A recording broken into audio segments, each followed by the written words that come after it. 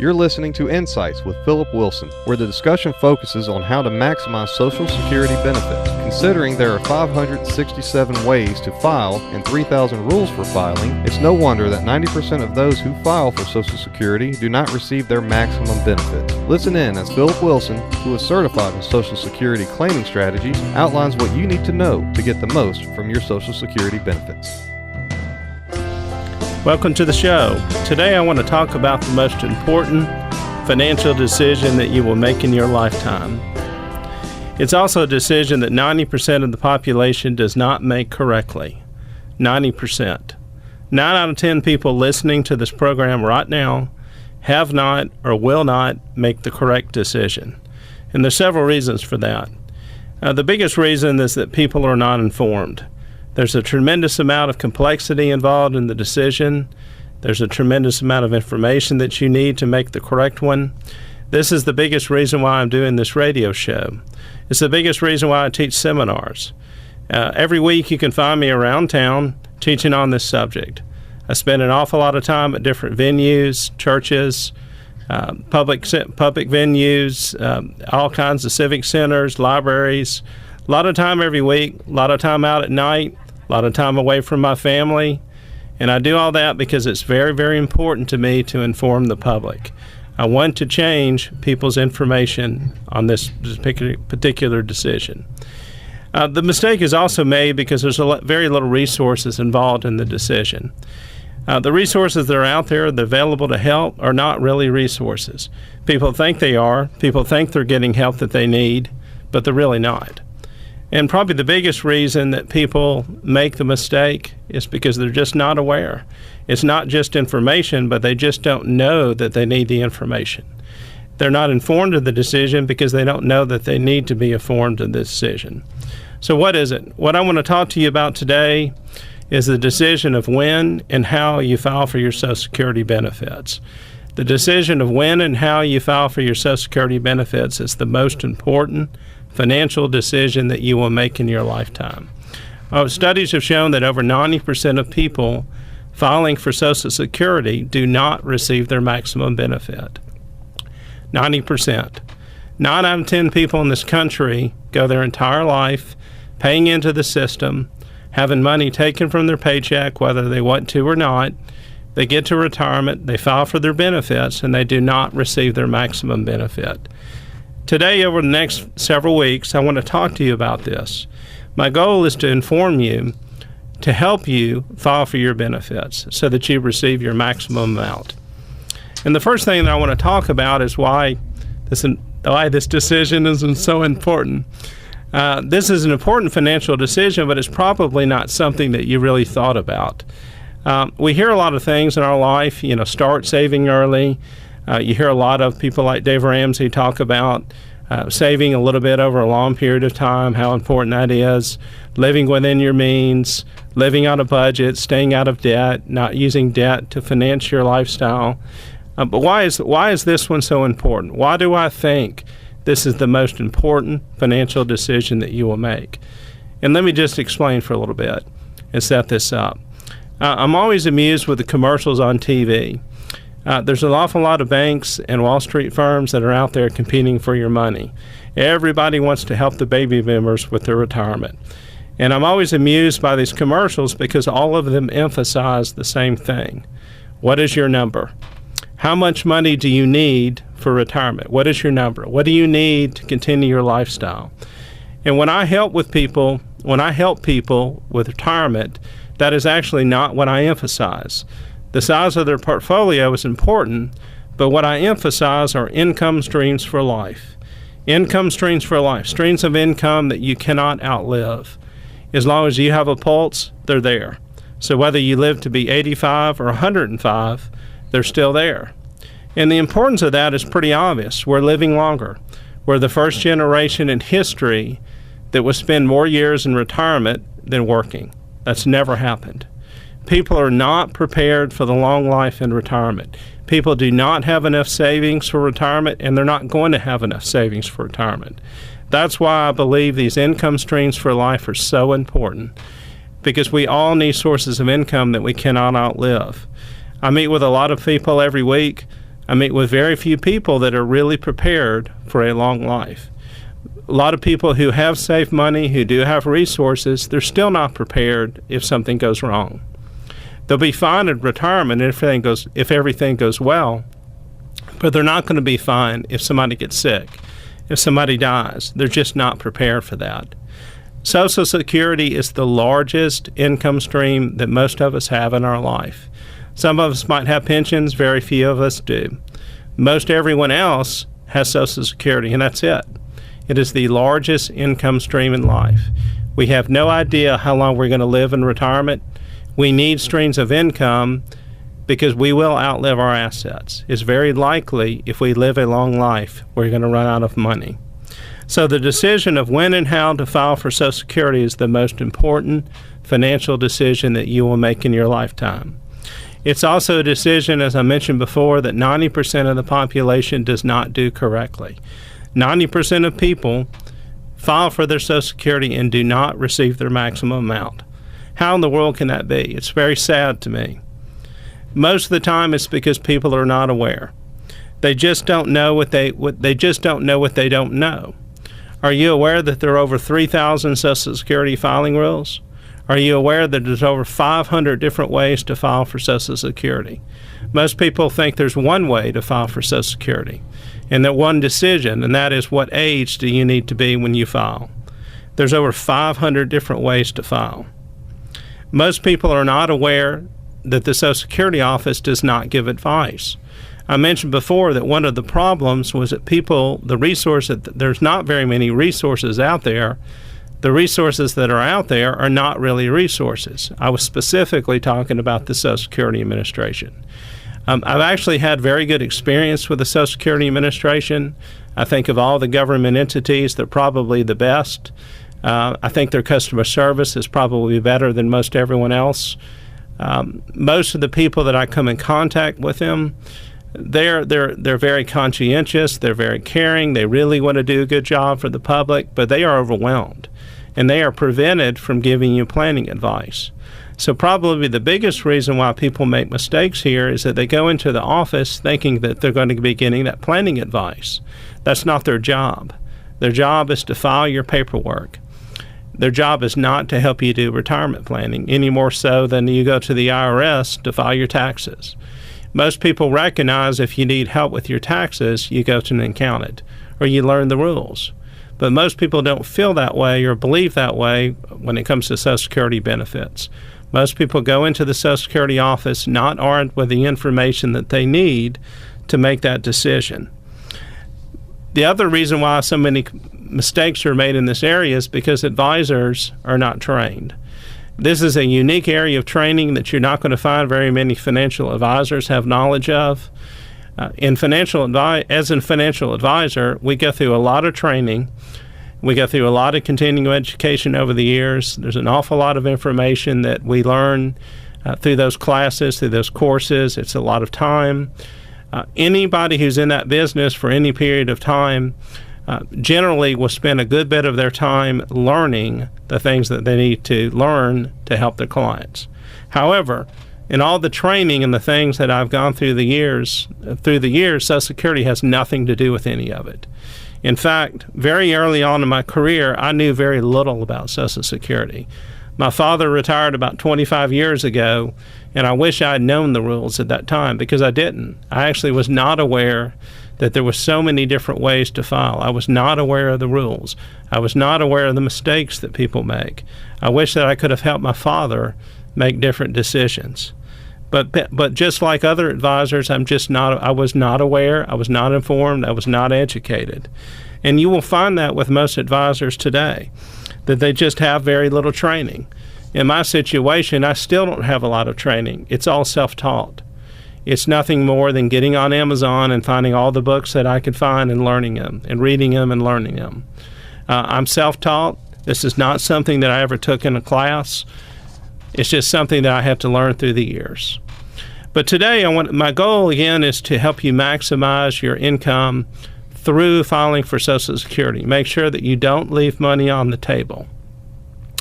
And the biggest thing that I want to do is help you recognize that The different filing strategies have to do with life. They have to do with situations. So most of these filing strategies are appropriate or not appropriate depending on what's happened to you in life. For example, are you married? We're going to talk about today things that you can do for married, if you're married. If you've been divorced, there's also other opportunities to file. Obviously, if you haven't been divorced, that's not going to help you very much. So over the next few weeks, what I'm going to do is look at these different life situations and help you see how they call for a different filing strategy. But today, what I want to do is talk about married couples. What are the filing strategies for married couples? And the area that I want to focus on is what we call a spousal benefit. What is a spousal benefit?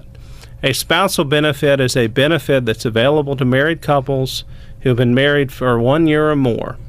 So if you are age 62 or you've been married 1 year or more, you are eligible for a spousal benefit. What is a spousal benefit? A spousal benefit is where we actually file on the record of someone else. And the reason why there's so many mistakes made with spousal benefits is because most people are not aware of them. You get your earnings statement, it shows your income, it shows your benefits, but it doesn't say anything about a spousal benefit.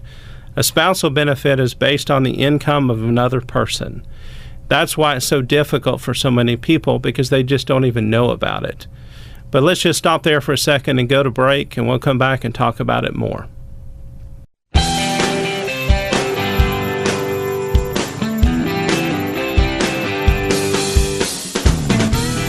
Welcome back. Let's continue our discussion of the spousal benefits. Spousal benefits are available to married couples who've been married for 1 year or more. Now, how do we use them? We use spousal benefits primarily, well, really it's two situations. The first situation is when you have a high-income spouse together with a low-income spouse. So if you have one spouse that has a large Social Security benefit, the other spouse has a lower Social Security benefit. That's generally how we use them. And that typically is women. Typically are women who've been outside of the workforce, those that have been home raising children, those that have sacrificed their work career. And what they have is an opportunity to receive more money through a spousal benefit than their own benefit. So even though the Social Security Administration sends you a statement saying what your earnings were, this is what your benefit will be based on those earnings, you actually don't file for that. You file for a spousal benefit. And a spousal benefit is based on 50% of your spouse's full retirement age benefit. So if your spouse has a $3,000 full retirement age benefit, full retirement age would be their age of retirement, might be 66, might be 67, might be 66 and 6 months, depends on when your date of birth is. But whatever that is, you're eligible for 50% of their benefit.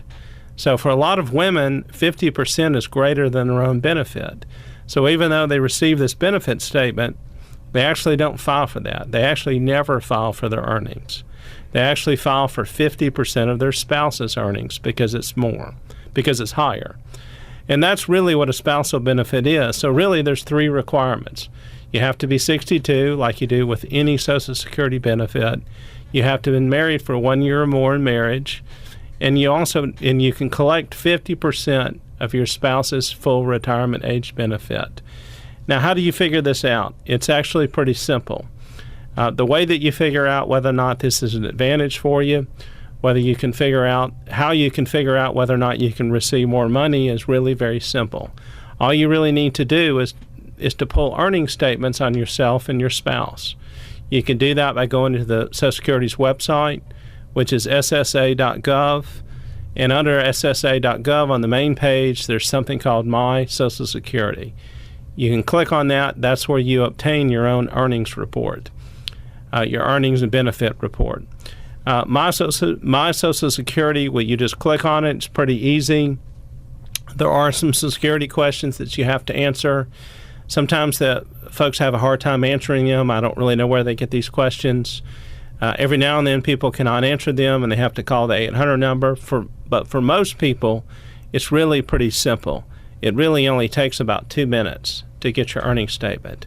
But if you pull your earnings statement for yourself and for your spouse, you can look at the full retirement age benefit that your spouse is receiving at whatever their full retirement age was, not necessarily what they're receiving now if they file for their Social Security benefits early, but whatever they would have received at full retirement age. And you take 50% of that. If you take 50% of that, you can compare it to your own benefit, determine whether or not it's more or less. If it's more, you need to file for your spousal benefit. If it's less, you're better off filing for your own benefit. And really, that's the easiest way to figure it out. Now, the biggest catch associated with spousal benefits is that a spouse has to be collecting a benefit in order for the other one to be eligible. So there's really three eligibility. Age 62, there's three things for it being eligible. Age 62, 1 year or more in marriage, spouse must be collecting a benefit. Now, spouses don't necessarily have to be collecting a retirement benefit. It can be a disability benefit. It can be any benefit. If a spouse is collecting a benefit, then the other is eligible for a spousal benefit. I meet people all the time at the seminars that I teach where one person is receiving a Social Security benefit through disability, the other still working and is not receiving their benefit, where they're eligible for a spousal benefit right then. They actually could do that. So age 62, 1 year or more of marriage, spouse must be collecting a benefit. You cannot file for a spousal benefit if your spouse is not receiving a benefit. You can't just go file for one half of your spouse's benefit. They have to be receiving a benefit for you to be able to do that. But this is a very simple situation. So the first situation that I've been talking about here is where we have a high-income spouse together with a low-income spouse. High benefit together with a low benefit. The second situation that I want to look at a little bit, probably next week, if we still have time, we'll talk about it today. But what I want to look at next week is where both spouses have similar benefits, similar earnings, so that there's not necessarily a high and a low. This is mainly an advantage for someone who has a high income benefit and has a low income benefit. The other thing that we want to talk about that kind of sets up the discussion of the second use of the spousal benefit is a term called deemed filing. And I need to help you understand what that means. In 2015, Obama changed the laws associated with Social Security. He felt like there was a lot of abuses at the time, and there were. And he came up with a concept that we call deemed filing. And what deemed filing means in the Social Security world is that when you file for Social Security, you are deemed to be filing for all Social Security benefits, whether you want them or not, whether you are receiving them or not. This is the standard going forward, because in the old days we used to pick and choose when we will receive benefits. We might receive a certain benefit for a while, then turn around and switch to another. They did away with those rules. So they basically came up with this idea of deemed filing. And this is important for you to understand because it's going to lead to the second example of how we use spousal benefits. You need to understand what the term means because it's going to lead into the discussion associated with that. All right, well, let's talk about the other application of the spousal benefits. There's two situations that we use a spousal benefit. The first situation is when the higher income is married to the lower income. The second situation is when we have two spouses that have more of a similar work history as well as a similar benefit. In that opportunity, there's actually, in that situation, there's actually an opportunity for you to file for a spousal benefit while turning around and filing for your own benefit at a later date, such as at age 70. This is a technique that we use all the time with someone who is eligible for a spousal benefit, but then they're allowed to continue to work and they're allowed to continue to come back at age 70 and file for their benefit and still not sacrifice that higher benefit. Now, according to the deemed filing rules, when you file under the Social Security world, in the Social Security world, you are deemed to be filing for all available sources of Social Security, whether you want them or not, whether you receive them or not. So once you file, that's it. So you don't really have the opportunity of picking and choosing. And there's actually, in the tax law change in 2015, there's actually 3 exceptions that were left in the tax laws. The first exception was for married couples. The second and third exception we're going to talk about in future weeks. One is for divorced and the other is for a widow. But in the first exception for married couples, there's actually an opportunity for you to file for a spousal benefit. Remember, the eligibility is if you have 1 year of marriage and your spouse is collecting a benefit, then you're eligible for 50% of your spouse's benefit. You actually have the opportunity of filing for a spousal benefit while coming back and filing for your own benefit at age 70. The exception is limited, though, to those who were born before 1954. So you have to have turned 62 by 12/31/15.